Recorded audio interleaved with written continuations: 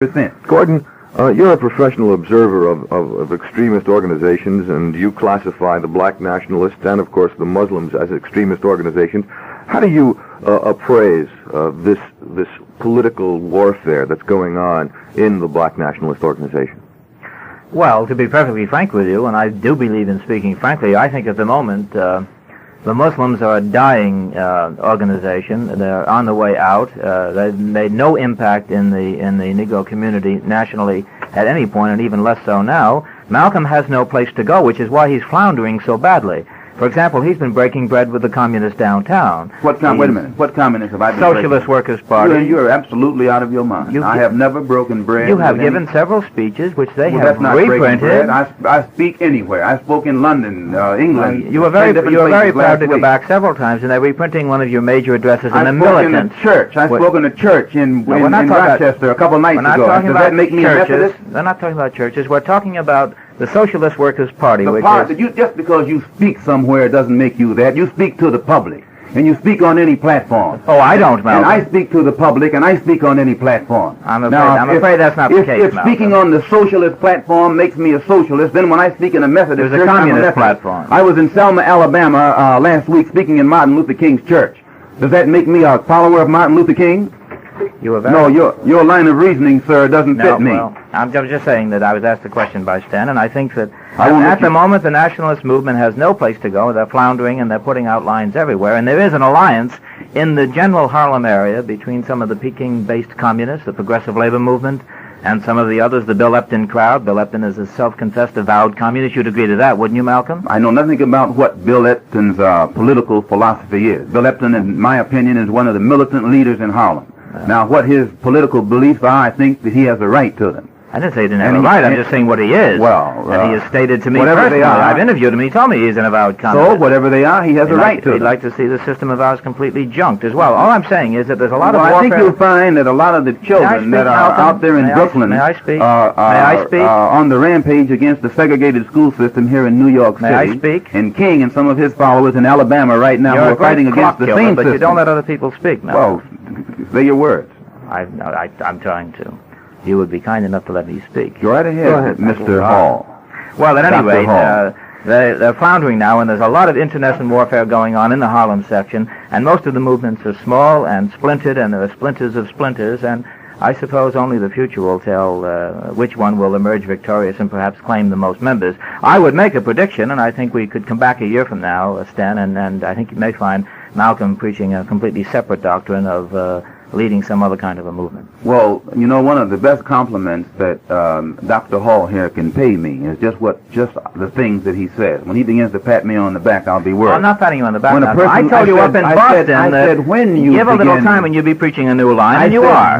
When you begin to pat me on the back, I'll be worried. When you begin, people of your profession, who make a profession out of dealing with groups in this country, when you begin to pat me on the back, then I'll be worried, sir.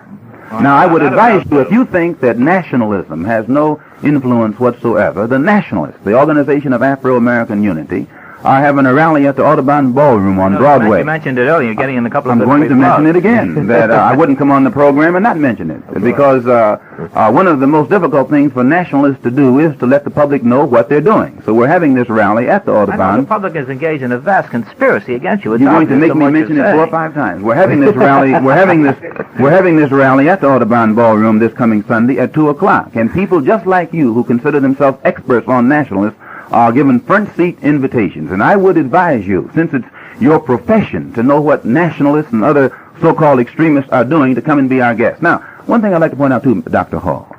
Whenever you find black... You know perfectly well I'm not a doctor, Malcolm. Well, you sound like an expert on something. I thought you were a doctor.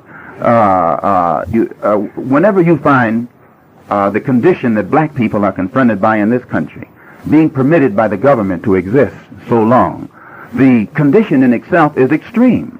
And any black man who really feels about this situation that our people are confronted by, his feelings are extreme. You can't take a cough syrup and cure somebody who has pneumonia, and the black people are becoming more extreme every day. I was in Alabama a couple of weeks ago before I went to England, down there with Dr. King and some of the others who are trying to just register and vote.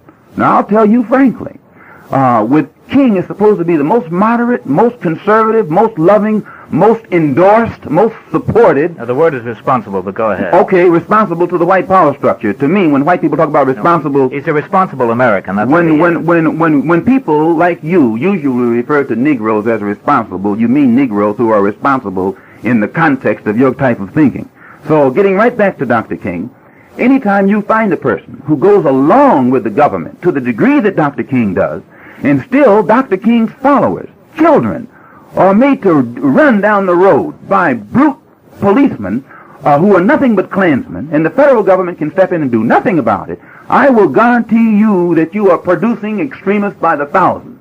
Now, when I was down there, they wanted me to speak to the press, but didn't want me to speak to the church, or the children, or the students. Let me ask you, and it was Malcolm, the students themselves that insisted that I speak that gave me the opportunity Malcolm, to speak. how do you think that's going to be changed? How? I mean, no, I know you're talking about these children being made into extremists, but how is that situation going to be changed? Do you think by warfare?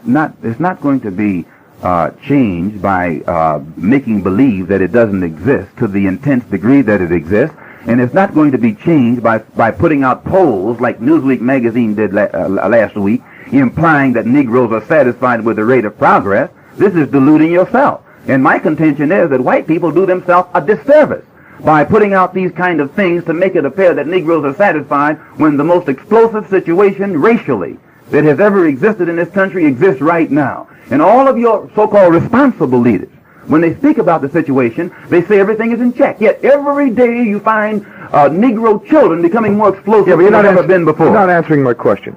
You're avoiding it. I asked you, how is it going to change? Is it going to change through extreme behavior, let's call it extreme reaction.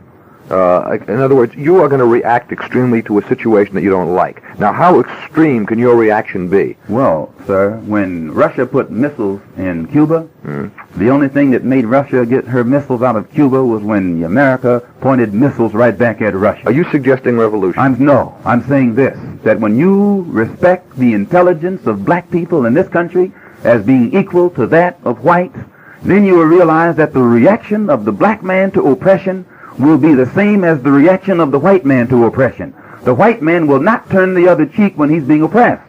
He will not practice any kind of love of a Klan or a citizen council or anyone else. But at the same time, the white man is asking the black man to do this. So all I'm saying is, I absolutely believe the situation can be changed. But I don't think it can be changed by white people taking a hypocritical approach, pretending that it is not as bad as it is, and by black leaders, so-called responsible leaders, taking a hypocritical approach, trying to make white people think that black people are patient and long-suffering and are willing to sit around here a long time or a great deal of time longer until the problem is made better. Let's go back to the phone. The WINS contact number, Judson 26405. This is Contact. You're on the air. Hello, Malcolm. Yes? The Ku Klux Klan should get you. Thank you very much. Let me point something out to this lady. I'm invited to Mississippi next week. I'll be going to Mississippi next week.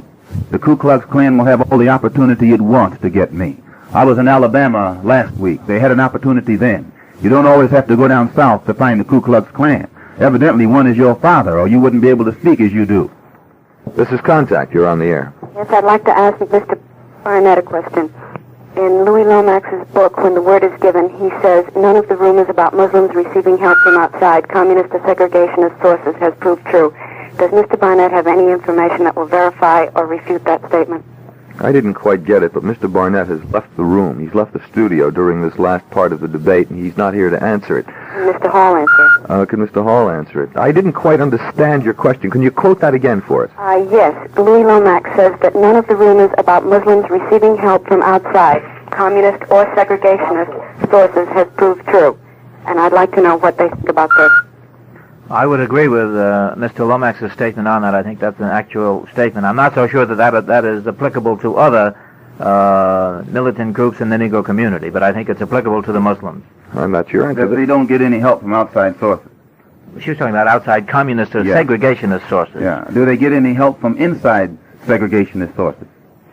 I would Now, doubt you're the that. expert. I would doubt that very much. I have no evidence of it, and neither do you. And if you do, then I'm not saying put that I up, do. Malcolm. But I'm you're implying. You're a very No, sly I'm asking implier. You essentially, because you give me the impression all of a sudden that you're a protector of the black Muslim movement. Not a bit. When, Not a bit. When it comes to rallying them against the black nationalists, because you know that the black Muslim movement is in a bag and has no place to go. I'm the one, just to show you how No, faulty no, your no, logic no, is. no, Let no, me sir. speak. Just to show you how faulty your logic is, I arranged for the Saturday Evening Post story, which you have praised with your own mouth tonight as the best thing ever written on the black Not because Muslim. you arranged it. I It's arranged the best, not because you I arranged arranged it. That it. doesn't make it best. It's best But because if I were- Aubrey wrote Mr. it. Hall is saying that he arranged for it to be written because he thought it was valid and What valuable. he arranged, what he did is immaterial to me. I'm not commenting on... You never want to louse up an argument with Sir, facts, Malcolm. I'm not commenting on what you did. It's immaterial to me. But you said it was a wonderful I'm piece. saying that what Aubrey did. Aubrey is the one who did the piece. You can arrange for Rockwell to write a piece. Aubrey came to me You can arrange for because he Rockwell knew to write that a I piece. could get the story told in the best fashion. You can arrange for Rockwell. You can arrange for the Klan to write a piece. No, I could not. So that I could doesn't. not. What you can arrange doesn't impress me. Malcolm, you know perfectly well that I could, and that's What- just yes, a you smear. Could. You could, sir. You're a Did he mercenary. fancy the technique? No, you're a professional. You said that yourself. That's why Let's I called go the on. doctor. Can we go on to our next call now? Right I like ahead. him when he talks this way because he exposes himself. No, I'm exposing you as a mercenary. Here we go, An fellas. opportunist. It's the next call time. Here we go. This is Contact. You're on the air. I'd like to direct a question to Malcolm X. Go ahead. I've heard him on a newsreel say that Charlie's enemies are his enemies, and this was supposed to refer to the white man as Charlie. Charlie is the Ku Klux Klan and the White Citizens Council. Right. And white people who practice discrimination and segregation against black people. Right. Then I'd like to ask you something about what you mentioned about aid from Red China. I've never mentioned anything about aid from Red China. All right. Ask Dr. Hall. He's an expert. I think he'll even have to agree to that. Newsman asked you if the aid to fight Charlie came from the Red Chinese, would you accept it? And you said from anybody. Well, that doesn't specify Red China. I said this, that when you're in the den of a wolf, and a fox comes along and asks you for help, or offers to help you, you'll accept help from any source available against that wolf. Right. Yeah, but they asked This you... doesn't mean that you love foxes. Did they specify? It doesn't mean that you love foxes. Did they specify when they asked you the question whether I you don't would think they accept said the Chinese, Communist China. They did. If I recall, and I could be wrong, but if I recall, I don't think they said specified Communist China. But although let me say this about Communist China. China is a nation of 700 million people. Physically, they exist. Physically, they exist. I don't go along with the American reaction of pretending that 700 million Chinese don't exist. When I was in Africa during the summer, everywhere I looked, I saw Chinese. It's only when I get back to America that I don't see any Chinese. And I just don't think it's mature to pretend that 700 million people don't exist. That doesn't happen to be U.S. policy to pretend that they don't exist, Malcolm. You just say They're things that not- aren't so. No, well, I mean... The United States is well aware of Red China. She certainly is. They just detonated some nuclear bombs over there. They Plus, pretend they her don't forces have the United States soldiers tied down in Saigon. She'd have to be well aware. She has half of your forces tied up.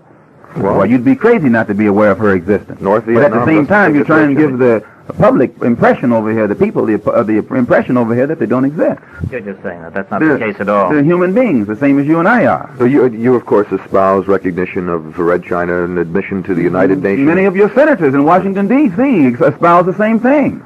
I think most intelligent, progressive people who are up to date in their thinking have finally reached intellectual and political maturity to the point where they feel that when you got that many people on this earth, you better recognize them and deal with them as human beings, and then they will deal with you as human beings.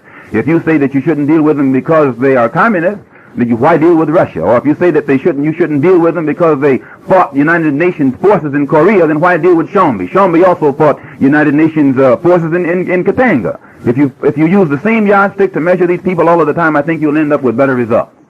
All right, let's go on to our next call. Our Wiz contact number, Judson 26405. This is Stan Bernard Contact. You're on the air. Hello, Yes. Malcolm. I'd like to ask you whether you feel that the recent action of the Gaullist government in refusing you entry into France is in any way inconsistent with France's general policy towards the Afro-Asian community and Africa in particular. Yes, I dispatched a wire to Dean Rusk, the Secretary of State here today, demanding an investigation into the reason why the French government could ban an American citizen and no reaction come from the American embassy whatsoever. But I might point out, I was in Paris last November and was successful in organizing a good organization, which another one that Dr. Hall over here can investigate in his capacity, in the American Negro community in Paris. And they have been working in conjunction with the African community, and it was the African community and the Afro-American community in Paris that invited me there to address a mass rally. And the French government permitted my entry into that country. And I might point out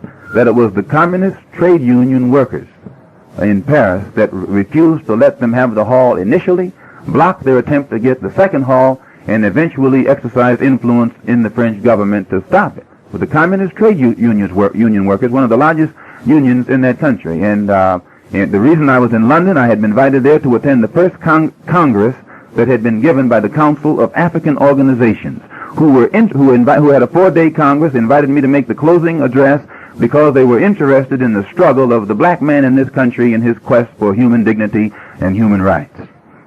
Okay, we're going to move on to our next call. This is Contact. You're on the air. Hello? Yes. May I speak to Malcolm X, please? Yes, go right ahead.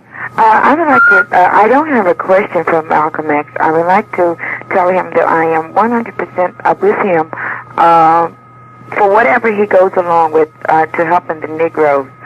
And I think it's an awful shame that anyone should bomb or throw a bomb into a house where there's human beings, particularly children. And I don't go along at all with the Muslim, so-called Muslims at all, because to me they're only teaching hate. Well, I confess that I was one of the leaders in projecting the Muslim movement and causing so many people to believe in the distorted version of Islam that is taught there. But at the same time, I have to point out that there are some progressive elements, right-meaning persons in the black Muslim movement. All of them are not wrong. There are many in there who mean well, but are just being misled by the hierarchy, many of which do not mean well. But there is a large progressive element within the movement, and usually they are the ones who come in, they stay a year, and they get disillusioned, and they go back out. But I was responsible for giving the people the impression that the black Muslim movement was more than what it is, and I take that responsibility. You can put the complete blame upon me. But at the same time that I take that responsibility, I want to point out that no white man or white group or agency can use me against Elijah Muhammad or against the black Muslim movement. When you hear me open up my mouth against another black man, no white man can put words in my mouth, nor no white man can sick me on another black group. When I have analyzed the man and the group with my own understanding and feel that it is detrimental to the interest of the black community, then I'm going to attack it with that same intensity. Gordon, you were going to say something? Well, again, as you know, it's more words, and he began by saying that he has to confess that he was responsible for misleading so many people on the Muslim count. There were never very many Muslims. Let's always come back to the fact that not very many people were ever misled. The white press was misled into believing there were a lot of Muslims. Dr. Hall. There were never more than 15,000 Muslims in America, and there are only now 6,000, and we have 22 million Negroes in the United States. Keep these facts uppermost in one's mind. You admitted this at the very beginning, Malcolm. You said the 15,000 figure is correct. Here's another fact. These are facts, Malcolm. Here's another fact you have to keep in mind. There never were many Mau Mau. There never were. There were always more Kikuyu, more Kenyans than Mau Mau. What is this supposed to prove? But it was the Mau Mau who brought independence to Kenya. Yes, but and the man who was regarded as an extremist and a monster just 5 years ago, Jomo Kenyatta, is the president of the Republic of Kenya today. And it is this same man who 5 years ago... The situation in colonial Africa is not like it is in the United States. Well, this is colonial. Anytime you have a system in 1965 that will take children and let them be marched down the road by not criminal elements. In numbers, you have to draw one big analogy. In the United States, the Negro is still the minority in the United States. And when you're talking about minorities, within minorities, you start boiling it all down, you can't really draw that analogy of a colony. I say this, that the Mau Mau was also a minority, a microscopic minority, but it was the Mau Mau who not only brought independence to Kenya, within a vast Negro majority. But it but it's still that wick. The powder keg is always larger than the wick. The smallest thing in the powder keg is the wick. You can touch the powder all day long and nothing happens. It's the wick that you touch that I wouldn't sets the want powder to. off. I think it'll blow up. It's the wick that you touch that sets the powder off. And if you go here in Harlem and you take all these moderate Negroes that Dr. Hall here puts the stamp of approval on and regards them as responsible, they don't explode. It's the wick. It's that small element that you refer to as nationalists and other... You're doing all you can to encourage it, Malcolm. Not encourage with your it. But I'm inflammatory and demagogic language. No, I don't. Yes, you do. I don't encourage it. But I'm not going to sit here and pretend that it doesn't exist. Don't you incite, Malcolm? I don't think so. I don't. How are you going to incite people who are living in slums and ghetto? It's the city structure that incites. A city that continues to let people live in rat nest dens in Harlem and pay higher rent in Harlem than they pay downtown. This is what incites it. Who lets merchants outcharge or overcharge people for their groceries and their clothing and other commodities in Harlem while you pay lesser for it downtown. This is what incites it. A city that will not create some kind of employment for people who are barred from having jobs just because their skin is black. That's what incites it. Don't ever accuse a black man for voicing his resentment and dissatisfaction over the criminal condition of his people as being responsible for inciting a situation. You have to indict the society that allows these things to exist. And this is where I differ with Dr. Hall. Well, we differ in many places, Malcolm. This is one of the many places, Dr. Hall, where we differ. Well, in a sense, didn't Hitler also talk about different points of view? Didn't he say that conditions existed, and didn't he also incite people? Well, I don't know anything about Hitler. Yeah. I wasn't in Germany. I'm in America. Don't please. I say I wasn't in. I say I don't know anything about Hitler. I wasn't in Germany, but I have. You know about Hitler. Well, though. you can't point to Hitler in Germany behind what's going on here in America. Turn on the television tonight and see what they're doing. No. Turn on the television tonight and see what they're doing with Dr. King. Mm-hmm. Turn on. No, this is Dr. King's methods are not your still, methods. Dr. King goes along. You couldn't do in Alabama what he is doing, sir. You could not sir, do in you Alabama. You better pray that I don't go doing. and try and do what he's doing. Anytime Dr. King, anytime Dr. King goes along with people like you, mm-hmm. you should put forth more effort to keep him out of jail.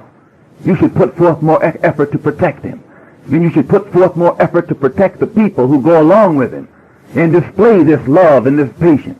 If you would do more for those people and spend some of your time trying to help those people instead of trying to attack me, probably this country will be a much better place in which to live. You spend too much of your time, doctor, trying to investigate. I rarely ever mention you, Malcolm. You're hardly worth mentioning. You spend too much of your time, doctor, running around trying to keep track of dissatisfied black people whom you label as extremists. Hardly. Whereas if you would spend some of your time in these places where Dr. King is fighting, then you would make this country a better place to live in. Malcolm, I lectured all over the state of Alabama when you had nothing to do with the Muslims. Did you have on a white sheet? Did you have on a white sheet? Gentlemen, time. Bell. Here we go. Bell. Okay, that's round 15. We just had it. Dr. Hall, come up to the Audubon Sunday at 2 o'clock, and we'll continue it from there. I have important things to do. We have to move on. Time has run out. I'd like to thank all of you for showing up tonight. Thank you very much, Gordon, Malcolm, and, of course, Aubrey Barnett.